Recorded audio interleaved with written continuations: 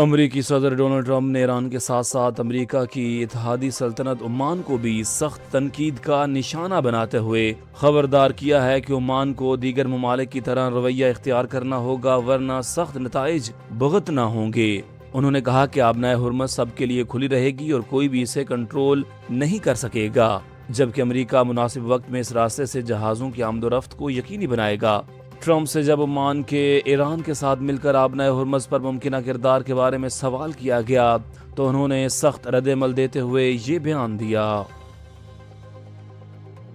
وزیر داخلہ محسن نقوی نے سعودی ہم منصب شہزادہ عبدالعزیز بن سعود سے ملاقات میں عید الاضحیٰ کی مبارکباد اور نیک خواہشات کا تبادلہ کیا، جبکہ سعودی وزیر داخلہ نے محسن نقوی کو حج کی مبارکباد بھی دی۔ ملاقات میں پاک سعودیہ دو طرفہ تعلقات، داخلی سیکیورٹی اور مشرقی وسطی کی موجودہ صورتحال پر تفصیلی گفتگو ہوئی۔ دونوں ممالک نے فیصلہ کیا کہ federal constabulary special diplomatic protection unit کے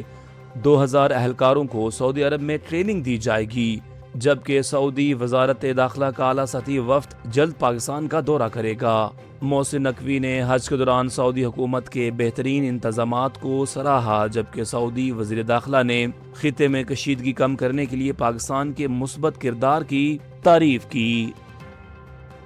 کینیا کے وسطی علاقے ناکورو میں گرلز اکیڈمی کے ہاسٹل میں خوفناک آگ لگنے سے کم 10 طالبات ہلاک ہو گئیں، جبکہ متعدد کو بحفاظت نکال لیا گیا۔ میڈیا رپورٹس کے مطابق آگ رات تقریباً 1 بجے بھڑکی، جس کے بعد ریسکیو ٹیمیں، فائر فائٹرز اور پولیس موقع پر پہنچ گئی۔ حکام کے مطابق امدادی کارروائیوں کے دوران آگ پر قابو پا لیا گیا، تاہم واقعے کی وجہ معلوم نہیں ہو سکی۔ یاد رہے کہ گزشتہ سال بھی کینیا کے ایک بورڈنگ سکول میں آتش زدگی سے 21 طلبہ جان سے ہاتھ دھو بیٹھے تھے۔ نئے بجٹ میں تنخواہ در طبقے اور پینشنرز کے لیے مختلف ریلیف تجاویز زیر غور ہیں، جن میں سرکاری ملازمین کی تنخواہوں میں تقریباً 10% اضافے کی تجویز شامل ہے، جبکہ 2022 سے 2025 کے دوران دیے گئے ایک ایڈہاک الاؤنس کو بنیادی تنخواہ میں ضم کرنے پر بھی غور کیا جا رہا ہے۔ ذرائع کے مطابق ماہانہ 1 سے 2 لاکھ آمدن والے طبقے کے لیے ٹیکس ریلیف اور گریڈ 20 سے 22 کے لیے کنوینئنس الاؤنس میں 50 سے 75% اضافے کی تجویز ہے، جبکہ گریڈ 1 سے 16 کے لیے ڈسپیرٹی الاؤنس بھی زیر غور ہے۔ پینشنرز کے لیے 80% تک اضافے اور 15 سے 22 لاکھ سالانہ آمدن والوں کے لیے انکم ٹیکس میں کمی کی تجویز دی گئی ہے، تاہم تمام فیصلے وفاقی کابینہ اور IMF کی منظوری سے مشروط ہوں گے۔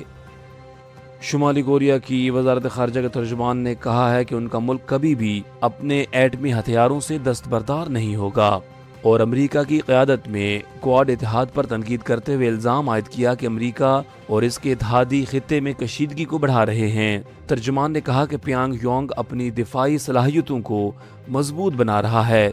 جبکہ رواں ماہ کے آغاز میں نئے کلسٹر بم، وار ہیڈ اور الیکٹرو میگنیٹ ہتھیاروں کے تجربات کا بھی اعلان کیا گیا تھا۔ یاد رہے کہ 2006 سے اقوام متحدہ کی پابندیوں کے باوجود شمالی کوریا اپنے بیلسٹک میزائل اور جوہری پروگرام کو مسلسل وسعت دے رہا ہے۔ شریف نے یوم تقریر پر اپنے پیغام میں کہا کہ 28 مئی 1998 کو پاکستان نے ایٹمی دھماکوں سے خطے میں طاقت کا توازن بحال کر کے دشمن کے عزائم ناکام بنائے، جبکہ قومی ایٹمی پروگرام میں ذوالفقار علی بھٹو، ڈاکٹر عبدالقدیر خان، ڈاکٹر سمر مبارک مند اور نواز شریف سمیت قومی قیادت کی خدمات ناقابل فراموش ہیں۔ وزیر اعظم نے کہا کہ پاکستان کا مضبوط ایٹمی دفاع اور مسلح افواج دشمن کے خلاف آئینی دیوار ہیں، اور عاصم منیر کی قیادت میں افواج پاکستان نے مارکہ حق میں دشمن کو منہ توڑ جواب دیا۔ شہباز شریف نے کویت کے ولی عہد شیخ صباح الخالد الحمد المبارک الصباح سے ٹیلی فونک گفتگو میں عید کی مبارکباد اور پاک کویت تعلقات مزید مضبوط بنانے کے عزم کا اعادہ کیا، جبکہ خطے میں امن کے لیے پاکستان کی سفارتی کوششوں پر کویتی حمایت کو سراہا۔ انہوں نے کہا کہ دشمن پراکسیز کے ذریعے پاکستان کے امن کو نقصان پہنچانے کی کوشش کر رہا ہے، تاہم فتنۃ الخوارج اور فتنۃ الہندوستان کے خلاف آپریشن غضب الحق کے تحت کارروائیاں جاری ہیں، اور قوم اتحاد و استحکام سے ہر سازش کا مقابلہ کرے گی۔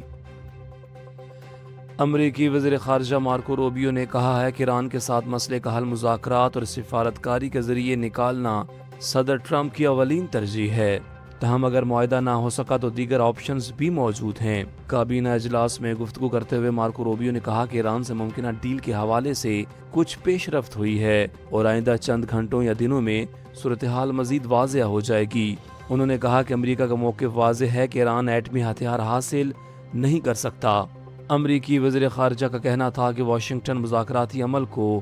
کامیاب بنانے کے لیے ہر ممکن موقع دینا چاہتا ہے اور سفارتی راستے کو ہی ترجیح دی جا رہی ہے۔